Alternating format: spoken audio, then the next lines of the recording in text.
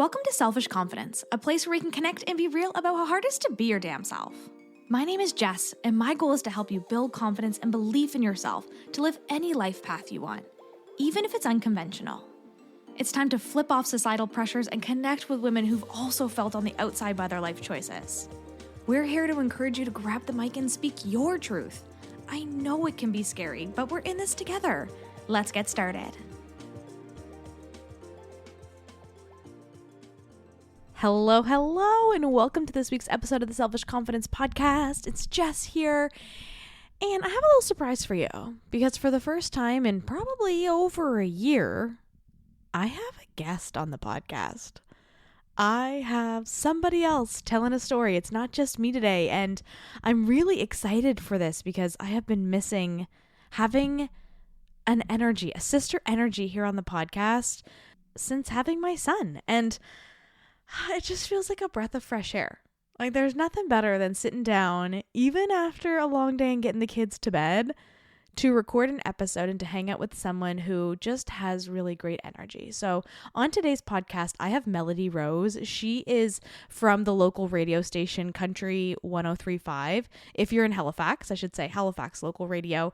And we connected not that long ago when she reached out about doing a segment all about body confidence on the radio. And if you saw my stories, and I think I might have mentioned it on the podcast here too, I cussed on the radio because I didn't know we were recording.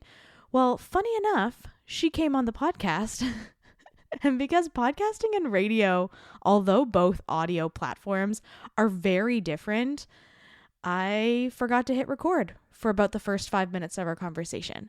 So, you know, it happens. And instead of starting fresh and being like, oh, we got to record all over again, I'm just going to share the podcast episode with you from where I finally hit record. And it's funny because she even said too, she's like, I saw your face. I saw it happen. And I said, I know. But that's what happens when you haven't recorded with someone in over a year. You forget almost how to do it. And so instead of being perfect here and pretending like I know what I'm doing, as per usual, I'm just going to show you my messy self. And let's be real, the first 5 minutes are just when we're getting our jitters out anyway. So you really are just getting right into the juice. So without further ado, here's today's podcast episode with my good friend, Melody Rose.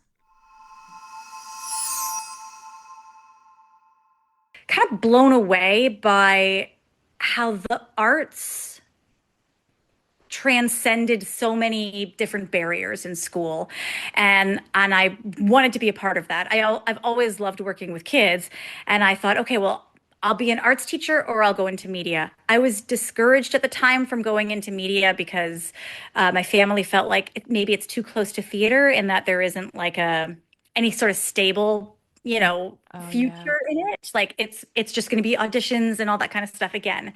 So I went the teaching route and I did that for a few years and I did really love it, but it was like, it wasn't the part of myself that I need to do. And I thought at the time, okay, well, no, I'm a performer. I need to be performing. So when I turned 30, I was with my husband at the time. We were just dating, but we had a conversation where we were like, if money wasn't an obstacle, if you could just go back to school for anything you want, what would you go back to for? Or what would you go back for? And I had said media. And all of a sudden it was like, well, why don't I? Like just because I'm 30 doesn't mean that my life is over, but you have these ideas in your head, like you should be here at this point and you should be there. And you think that you're so like you've missed the boat on so many things, but you're actually quite young. So that's when I made the change. And it was immediately the right decision. I fell in love with media in school, particularly radio. And the thing that I realized at that point was that, it's not being a performer that I love, it's storytelling. I love storytelling and I love painting a picture with sound. This is what we're doing right now and like what I do every single day and the conversations. I love that part too, because I love community. I love sharing with people. I love building that space where everybody, like you always feel like somebody gets it and you've got someone there. Like I love building that, but more than anything, I love painting a picture with sound. And I, sorry, I know I'm going on and on and on, but I realized that that was the part of all of those jobs that I loved. As a teacher, I loved the story of a lesson plan. I loved that part.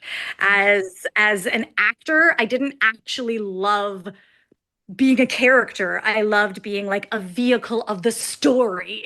So it's always been about the story, and it just took me way too long to figure that out.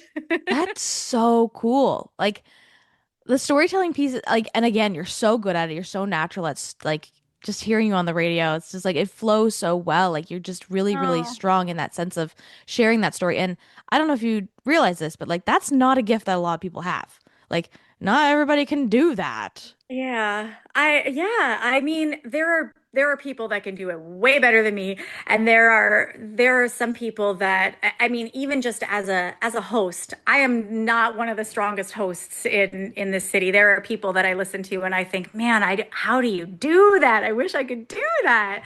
Um, but I do think that some of the storytelling things that I've learned to do. I think that there's something there, and I hope to be able to explore it more. I've done a few things here and there. I actually have a podcast too, but I haven't worked on it in a long time. It's a children's storytelling podcast. Oh I'll my share it with gosh. you after. Please do. Um, yeah, story time with Miss Rose. I could share it with you now. Oh my gosh, stop it. You have a podcast? I have 7 episodes, Jess. I because I was working on it and I was really into it, but I was doing the whole, painting a picture with sound, and I take way too friggin' long to put these things together because I'm such a Okay, give perfectionist. yourself some credit here also. Okay, for those of you who don't know, Melody has two children. I have two She children. also has a full-time job. We are literally recording this after the kids have gone to bed. Like it's Yes, dark out, okay? Like, that's the thing. How do you have time to do the things, right? Like, how right? do you have time? And so, The yeah. option was either sit down and hang out and record this episode with you or watch like Temptation Island or something. Like, I don't know. I don't know. What's it gonna Yeah, be tonight? Like, right? these are our choices. When moms used to say like, "Oh, I don't have time to watch TV," I was like, "Okay, now I Oh, get it. I get it." oh my So, gosh. Yes. When people, and I hate saying this because I don't want to turn it into like a parents, people with kids versus not people with kids. oh no. I will say when my coworkers that don't have young children, even the ones that are older that have older children, and they're like, yeah, I just don't have the time. And I'm like, yes, you do. You'd Yes, be you do. surprised. I'll find it. Give me your schedule. I'll find you a pocket. You pooped Right. at this time? That's your time. That's Exactly. right then. That's when you It record was your so podcast. much. I used to do though, I was on mornings before I'm on the shift that I'm at now, where we talked with each other. So I used to get up at 3:30 in the morning. And that was when I really didn't have time because it was like, if it was a night like tonight, where actually it wasn't too bad. They were both asleep by 8. But even then, the closer it got to 8 and then 8:30 and then 9, if we were having one of those kinds of nights when I had to get up at 3:30 in the morning, it was the end of the world. I was miserable. Yeah, I Yeah. did mornings for 11 years. No, done. No, Never I again. know. It's wild how like a simple shift like change can like bring so much more joy into your life. So I'm Oh, really curious too, Melody, like as someone who does sit on a microphone and like just literally speak your truth all day. I'm sure you have some parameters and things you're not allowed to say. I bet. But like how do you do that with confidence? Like how can someone who's like looking to whether it's start a podcast or even just like speak their mind to their mother, right? Like how do you learn how to tell a story or to even just like speak up? oh, I love that question. I've always been a vulnerable person. So I've never really attributed that to confidence. It's just been who I am. I've always been way too open, always had not way too open because I actually think it's a strength. Mhm. Um, but I've always been okay with sharing, and I think that that's part of why I was always very much in the performing stream because if you were okay to open yourself up like that, then like other people got to see their experiences in what you were doing. Like that's really powerful to be able to like hold a mirror up to other people by sharing your own. And I'm sure you found that too. Like when Mhm. you've shared something about yourself that's made someone say, "Oh my God, me too. I thought I was the only one." That's the best feeling. So when I got into radio, I I was very much I didn't get into it because I liked being a DJ or anything like that. I got into it with with being on a regular radio show because I wanted to basically I wanted to basically like I wanted to be that for people. I wanted to be like that mirror where people were like, "Oh my God, I thought I was the only one." And so I never shied away from sharing the ugly parts of myself or the things that were weird. A lot of people that I've met have had very strict parameters of what they want to share. And, my husband for I'm sure he has hated it sometimes, but he knows the deal. Like we've talked on air about like how we hated each other for a little while after having a baby, but I think it's important. Like it doesn't make you look good, but someone else hears it and they feel better about themselves. And I think that that's so nice being able to have that kind of community where you just erase those weird stigmas and barriers and just like narratives that we tell ourselves. Um, yeah, I'm not sure if I'm like articulately answering the question, but that was something that was really important to me. However, I have a very thin skin. So it's important to me to always be very honest and to always be very honest about my opinions and very honest about what I'm experiencing. But there have absolutely been times over the last decade where I have had people say some really terrible things back to me. And I don't let that roll off my shoulders. I wish I could, but I Right. don't. So I think, yeah, it's this sort of, you can kind of forget because you're just on a microphone. You can Mhm. kind of forget that it's being consumed in a certain way and that people have the ability to say something back. And even though you feel like you're coming at it from like a really like a place of love and vulnerability, they aren't necessarily going to treat that with, you know, kindness. and I think and that's it the really, hardest part, right? yeah, Because like there's always going to be judgment on the other side, especially being, I think, here where we live in Nova Scotia.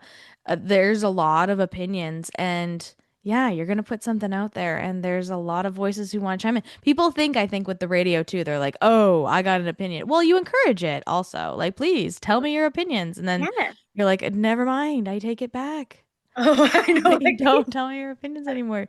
So I can only imagine just like how hard that would be. And I think that's the thing that most people are afraid of when it comes to using their voice. So the fact that you do it every single day and even talk about like marital issues or, things with your kids or lately talking about perimenopause too, right? Like things going through your body, like being so vulnerable about that stuff, like it's terrifying. Because yeah, Yeah. now our whole province has an opinion on it. Oh my gosh. Yes, exactly. But I will say though, once I hit 40, I also had like it's like something really weird shifted. Like as soon as my ovaries were like, we're gonna start closing down shop, the level of like, fuck you that I have skyrocketed.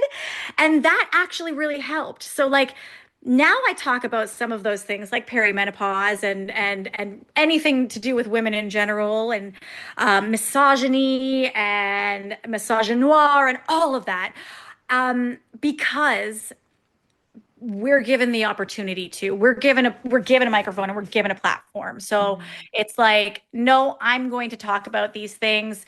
Not everybody's going to agree with it, but fuck you. Like I have that now, and even with Love my that. some of my bosses that might say like, oh, I don't know if we should be talking about that. I'm more confident in my like my fu-ness in me has me able to be like, yes, we should, and here's why. Whereas before, I'd be like, oh no, you're right, I did something, So Hmm. that's made a difference too.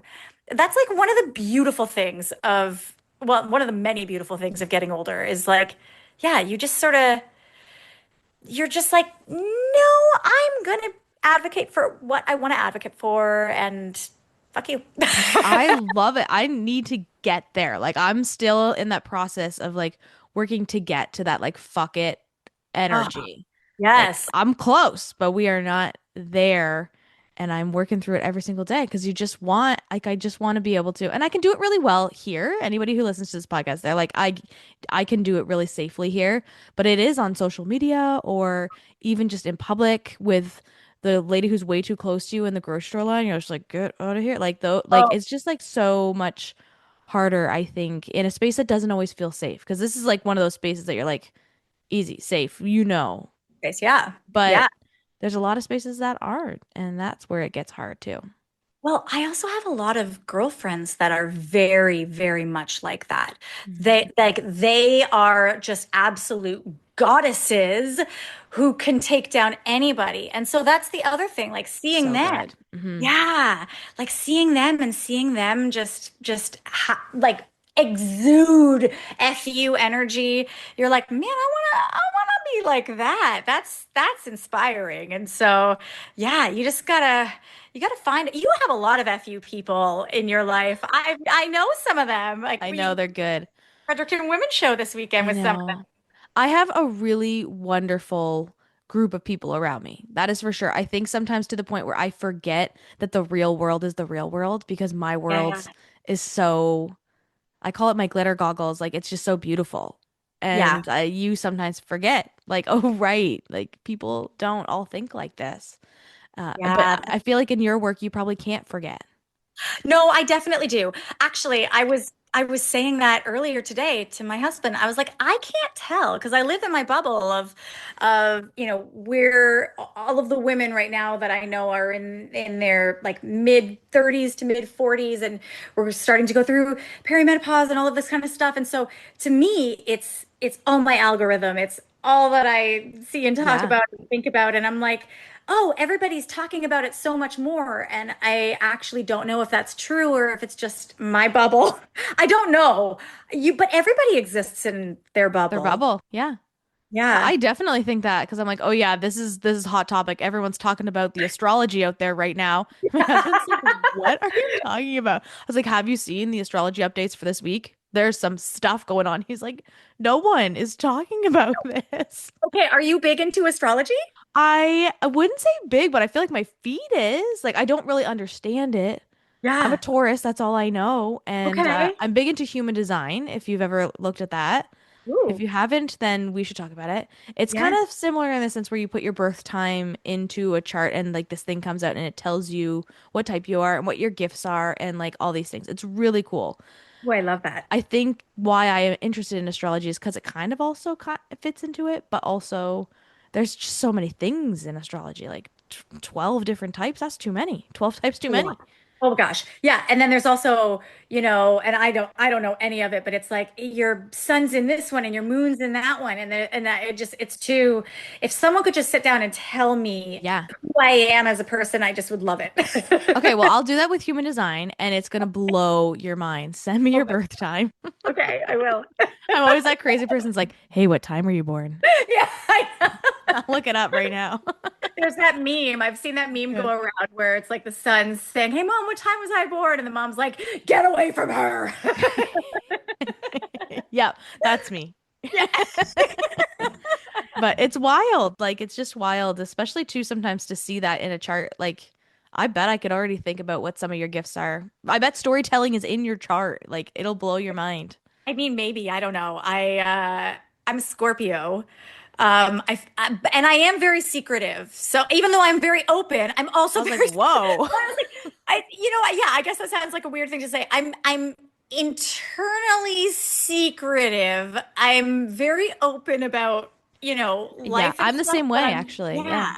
I'm also like, I'm gonna eat this chocolate bar in the closet and I'm gonna hide the wrapper. So it's 100%. I did right. that today with some old Easter chocolate. So, Oh it's no. fine. Yeah, it's fine. So when it comes to like where you see yourself going forward, like are you at that point where you've like I've got this position at the perfect time that works really well for my family. You have, yeah, two beautiful kids, married. Like, is there something that it's like, oh, this is on my vision board, this is on my goals. Like, I want to go somewhere. Hmm. Well, I now that my schedule's changed and I'm doing the midday show, it is it is this whole new world of like regular person life that I haven't got to experience in radio yet. Um, so many of like the perimenopause symptoms that I started feeling about a year ago, I didn't realize were exacerbated by the fact that I was just routinely getting 5 hours of sleep, and that was my reality. So like once I started having these full nights of sleep, and I'm like, oh, I thought I was just like a huge asshole at nighttime, and no, I was just tired. So that's been amazing, and so I'm in no rush to change any part of that. Love it. And I'm also just really happy with it and really excited, especially now that I'm doing my own show. I'm really excited to see what we can do with it because with the show itself, I have this idea in my head of it being more than just a radio show, where it's like, Mhm. let's talk about our favorite pizza toppings. I don't want that. I want it to be a community where we're actually talking about things, and they can be silly things, but we're actually talking about them. It's not coming from, some arbitrary site of things to talk about. It's coming from our life, the things that we're seeing, the things that we're talking about. And I want to create that. I see radio as being something a little bit different than it has been. I Mm. think it has to be a little bit different than it has been because now you have podcasts and you have these amazing long form conversations where you get to really know people and really get into things. And it starts to make those surface level conversations seem really meaningless, you Mhm. know? So I'm excited to figure out how to make, what I imagine, which I feel like is like a little hybrid between like what you do and what I do. It's somewhere in the middle there. Um, yeah, I'm excited to see where that can go. But I also would really like to get my children's podcast going again. Yeah. Like, that's so cool. I thank you. Yeah, I would love to. And I did a little piece with CBC in the fall that was about folklore in Nova Scotia. I would also love to turn something like that into a podcast because again, I love storytelling, and when you're talking about that kind of stuff, it's really fun because you can do all these crazy things that just don't exist in reality. Like if I'm talking about a werewolf, like Yeah. yeah, like you're able to just you got to make the werewolf and you got to do like it's so much fun. It really does feel like painting.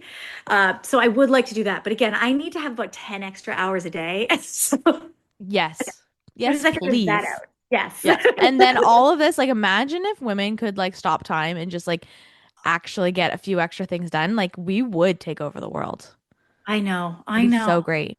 I know. I mean, I do think we're gonna take over the world in general, Yeah, but it's I think happening, but yeah, the imagine with bigger extra time. thing, oh man, the bigger thing that we need to be good at doing.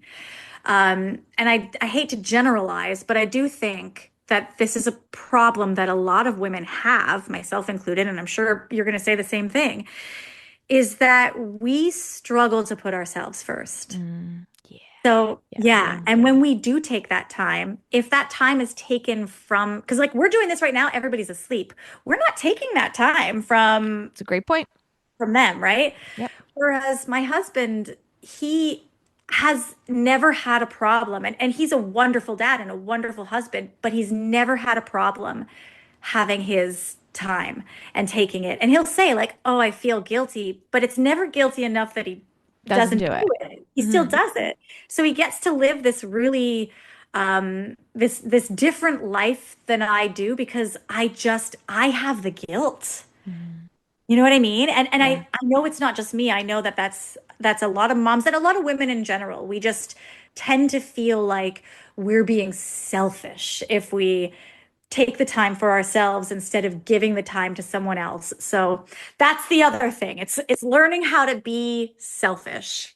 Oh, yeah. Yeah. Yeah. And it's like all women, like, and I shouldn't say all women, but a lot of women, not just moms, who definitely struggle with this because I think, again, we were taught as little girls, like, to take care of everyone, even from a young age, and to see it play out in adulthood is not hilarious. I was gonna say hilarious. It is not hilarious because we're just like, it's so hard to take that time. Yes, Yeah. but you have to. So Yeah. that's been like my when you talk about like your vision board, that's been on my vision board for a Mm. couple of years now. I actually had a psychic tell me. It's Okay, like, I'm into it. Tell me more. well, yeah, I had a psychic that was like, she was pulling out these tarot cards and the thing that kept coming up on the cards was that I needed more self-care. Like I needed to find that balance. And it was You're like, like, tell me something I don't know. honestly.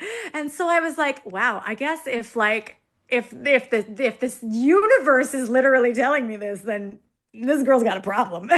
So did you do anything differently after that? Oh, no, I shouldn't say that. I actually did a little bit. I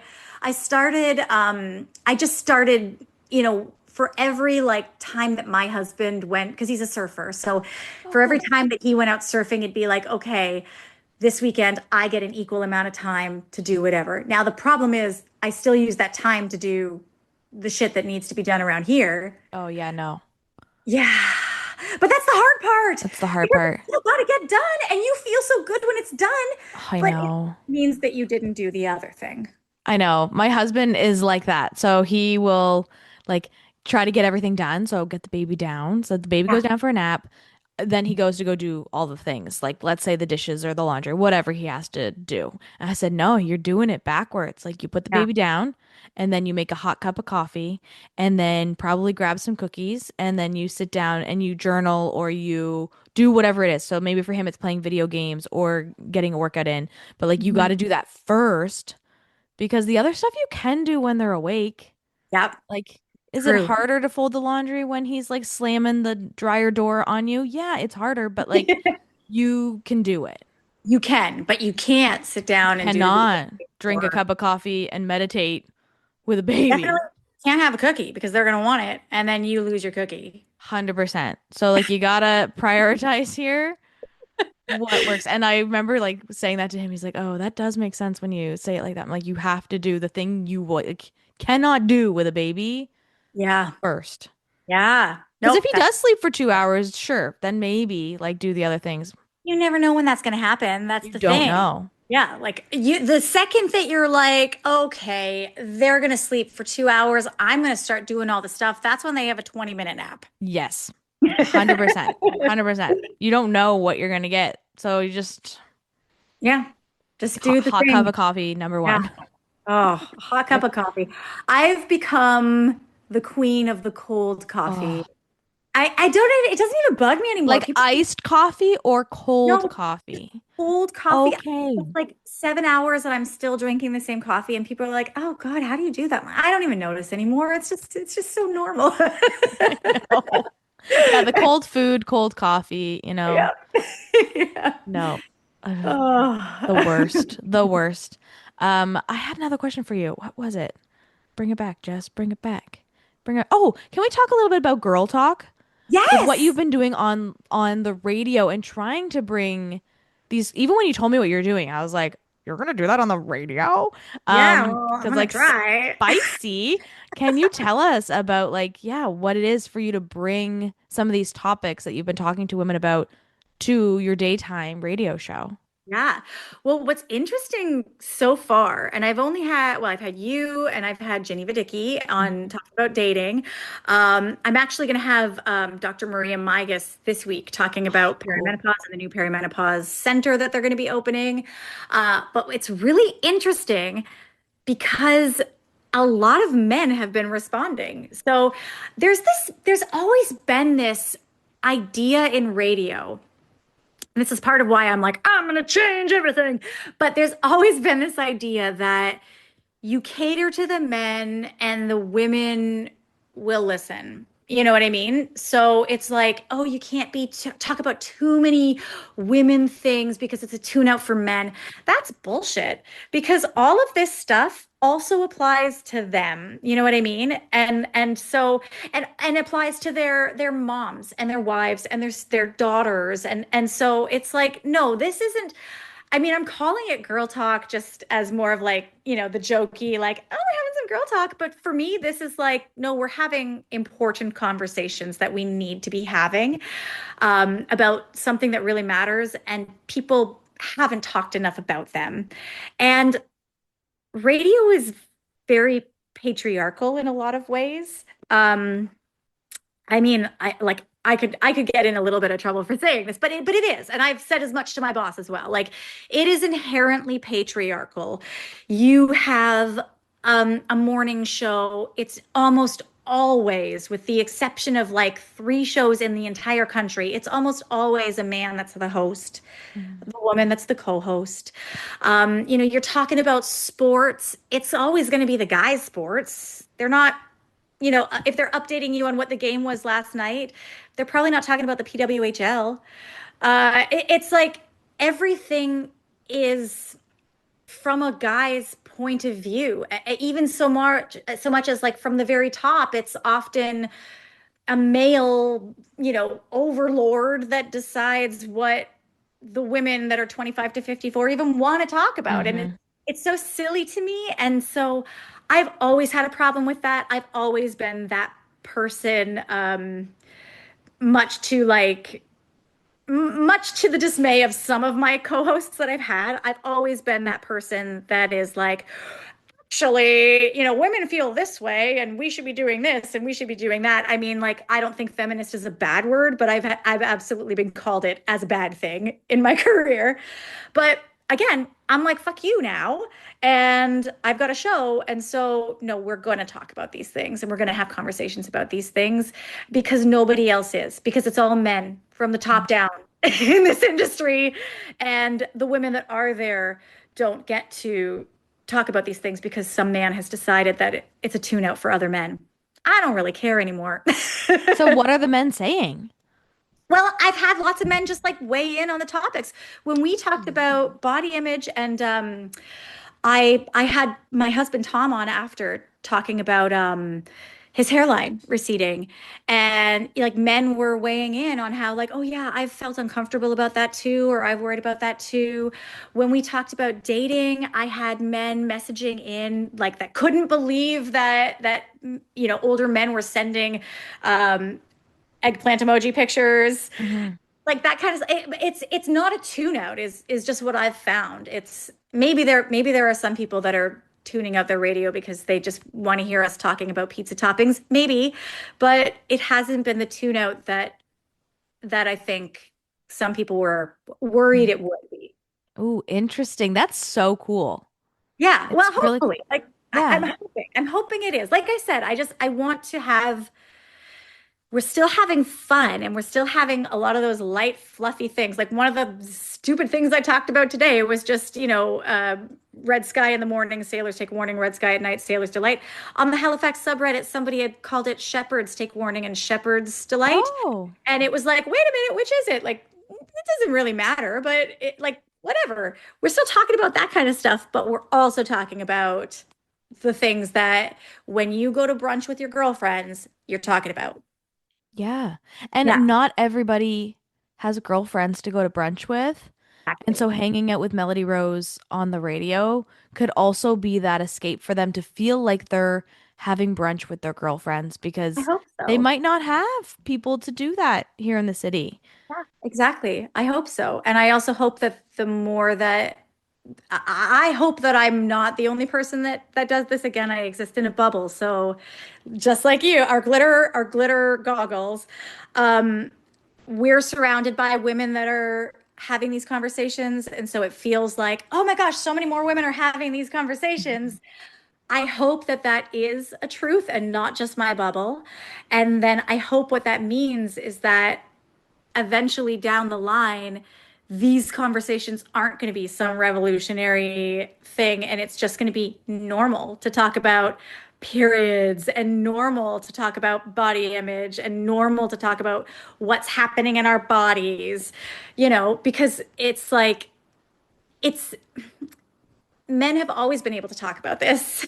Right? If it's happening with them, Yeah. they're able to talk about it and it's fine. But for us, it's like, ooh, don't. That's ew, that's icky, that's gross, right?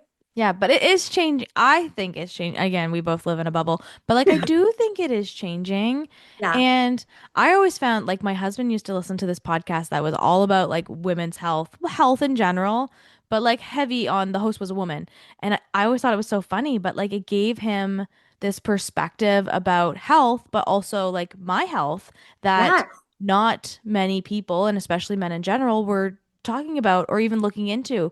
Like he could start to understand things and ask questions that just like most men don't even like consider. And it was so cool. And he was enjoying it, like even from just learning from a health perspective, but like to listen to a woman host talk about health was very different than a male host talking about health, right? So it's like when you think about it, it's like not all men are the ones that are Yes. sitting there who are just like, "Meh, I don't want Melody Rose on the radio. She's a feminist." Like that's just like not gonna be all people. There's gonna be some people, Oh, but yes. like, you know, they can Yeah, go and watch their other shows and do their other things and have exactly. fun so that we can also have something too.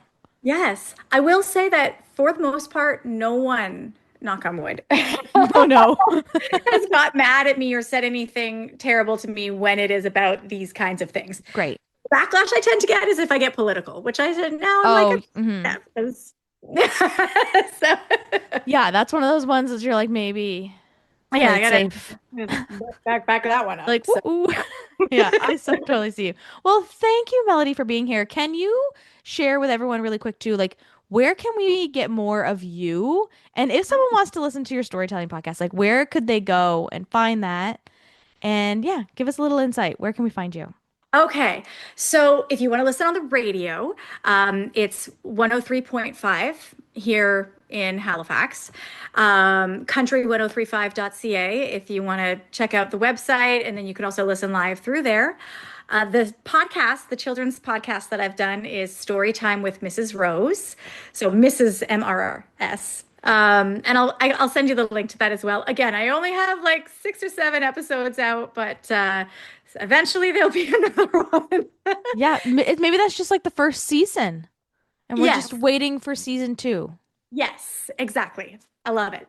And if you want to check out the little series that I did on CBC, if you look up CBC Explore the Lore, then you can find the 4 episode series that I did about folklore in Nova Scotia there. So cool. So cool. I love all of your passions. Like to be multi-passionate is really exciting. To see you light up as you talk about what you do is just really, really beautiful. And yeah, to hear you on the radio, like again, natural flow, like so good at what you do. Yes.